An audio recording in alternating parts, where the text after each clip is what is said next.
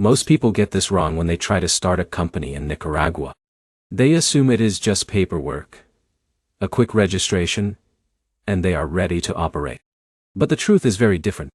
If you miss even one legal step, your entire process can get delayed, rejected, or stuck in back and forth corrections for weeks. Here's the truth no one tells you. Starting a company in Nicaragua is actually very structured and predictable. The system is not chaotic. It is just strict about sequence. If you follow the right order, everything becomes smooth. Quick promise, in this video, you will learn exactly how to start a company in Nicaragua in 2026, step by step, including legal structure, registration, tax setup, bank account opening, and compliance. By the end, you will understand the full system clearly enough to start confidently without confusion or unnecessary legal mistakes. Now let's get straight into it. Imagine someone like Alex, an entrepreneur from India or the US, deciding to expand into Central America. Nicaragua might not be the first country that comes to mind, but it is increasingly being explored for small business setup, consulting firms, import-export operations, and service-based companies. Now here's where it gets interesting. Most delays in Nicaragua do not happen because the system is complicated. They happen because people approach the steps in the wrong order. So let's go step by step in the exact real-world sequence used by lawyers and notaries in Nicaragua. First step is choosing your legal structure. In Nicaragua, the most common company types are the Sociedad Anónima, often called SA, and the Sociedad de Responsabilidad Limitada, or SRL, think of SA Board, as a more flexible corporate structure, suitable for growth, investors, and larger operations. SRL is more like a limited liability company, simpler and more suitable for small to medium businesses. Now here's the problem. Many foreign founders choose based on name familiarity instead of business strategy. For example, Jake from the US might assume SRL is always better because it sounds like an LLC. But that is not always true in Nicaragua. Your structure should depend on three things: ownership plan, expected revenue scale, and whether you plan to bring in partners or investors later. Once that decision is made, the next step is choosing and reserving your company name. This is done through the public registry system in Nicaragua, often handled by a notary. Here's what usually happens. A founder submits one name. It gets rejected because it is already taken or too similar to an existing company, and the process restarts. Now here's a simple trick that avoids delays. Always prepare at least 3 to 5 alternative names before starting. This small step can save you days or even weeks. Once the name is approved, you move to the most important legal document in the entire process: the company incorporation deed. This is drafted by a licensed Nicaraguan notary. And this is not optional. In Nicaragua, the notary plays a central legal role in company formation. The incorporation deed includes company purpose, shareholder details, capital structure, management rules, and legal address. Now here's where most people fail. They try to use templates from other countries or copy documents from the internet. That is a major mistake. Nicaragua has specific legal language requirements, and even small errors can cause rejection or delays. So the safest approach is always to work with a local notary who specializes in commercial law. In a minute, I will show you how foreigners can legally own and control a company without residency. But first let's complete the legal formation sequence. After the deed is prepared, all shareholders must sign it. If you are physically in Nicaragua, you can sign in person. If not, you can use a power of attorney. For example, if Alex is in Europe or the US, he can appoint a local representative in Nicaragua. That representative signs legal documents on his behalf. Once signed, the notary submits the document to the public registry for official registration. Now here's where timing becomes important. Registration processing can vary depending on workload and document accuracy. If everything is correct, it moves smoothly. If there are inconsistencies, it gets returned for corrections. So attention to detail is critical here. Once the company is registered, the next step is obtaining the tax identification number.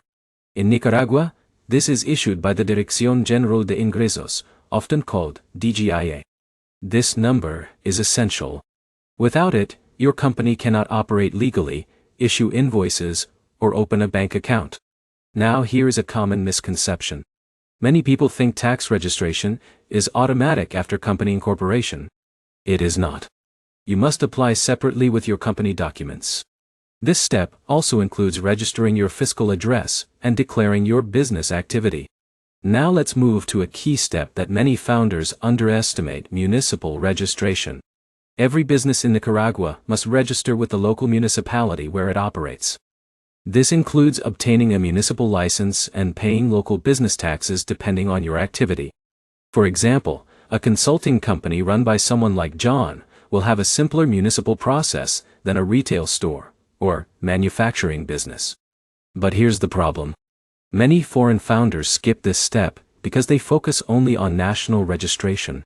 Later, this causes issues when trying to operate legally or open bank accounts. So always complete municipal registration early in the process. Now let's talk about one of the most important milestones: opening a corporate bank account. Without a local bank account, your company cannot function in practice.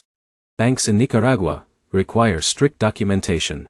You will need your incorporation deed, tax number, identification documents, proof of address, and sometimes a business plan. Now here's where it gets interesting. Bank approval is often the slowest step for foreign-owned companies, not because of rejection, but because of compliance checks. So the best strategy is to prepare clean, consistent documentation across all legal filings. In a minute, I will show you how to structure your documents to reduce bank delays. But first, let's talk about capital requirements. Nicaragua does not have extremely high minimum capital requirements for most standard companies. However, you must declare capital in your incorporation deed. The important part is not how large the amount is, but how clearly it is structured and declared. Now let's talk about foreign ownership. One of the advantages of Nicaragua is that foreign investors can generally own 100% of a company in most sectors. That means someone like Alex from India or Jake from the US can fully control their company without needing a local partner. However, certain regulated industries may require additional licenses or local compliance conditions. So always confirm your business category before finalizing your structure. Now let's move to taxation in a simplified way. Corporate tax in Nicaragua generally depends on net income and business activity. There is also VAT, known locally as IVA, which is typically around 15%. If your business is export-focused or operates in special economic zones, you may qualify for tax incentives. Now here's a key insight. Many new founders hear about incentives and assume they automatically apply. They do not. You must apply through proper legal channels and meet eligibility requirements. Now let's talk about ongoing compliance, which is where many businesses struggle after formation. Once your company is active, you must maintain accounting records, file tax declarations, and renew municipal licenses annually. Missing deadlines can result in penalties or operational restrictions. So company formation is not just a one-time event. It is an ongoing system of compliance. Now, let's simplify the entire process into a clear structure. First,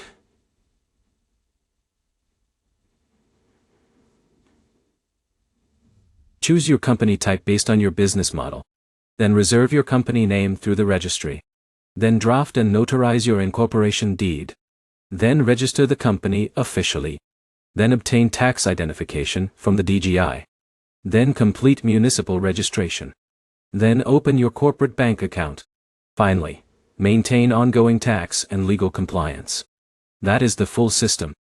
Now here is the most important takeaway from everything we discussed. Starting a company in Nicaragua is not difficult because of complexity. It is difficult because of sequence. If you follow the correct order, the entire process becomes predictable and manageable. But if you skip steps or try to do things in parallel without understanding dependencies, delays are almost guaranteed. Before we finish, let's quickly recap the key points. Choose the right structure based on your goals. Reserve your company name early.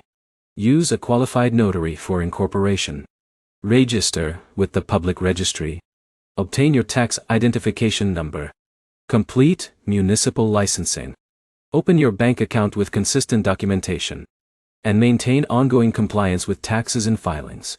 If you follow this process carefully, you can successfully establish a company in Nicaragua without unnecessary stress or delays. And here's the final insight. Most successful foreign entrepreneurs do not succeed because the process is easy. They succeed because they treat it like a system, not a guessing game. Now you have that system. If this guide helped you understand the full process clearly, make sure to like the video, leave a comment with your country if you are planning to start a business abroad, and subscribe for more detailed international company formation guides.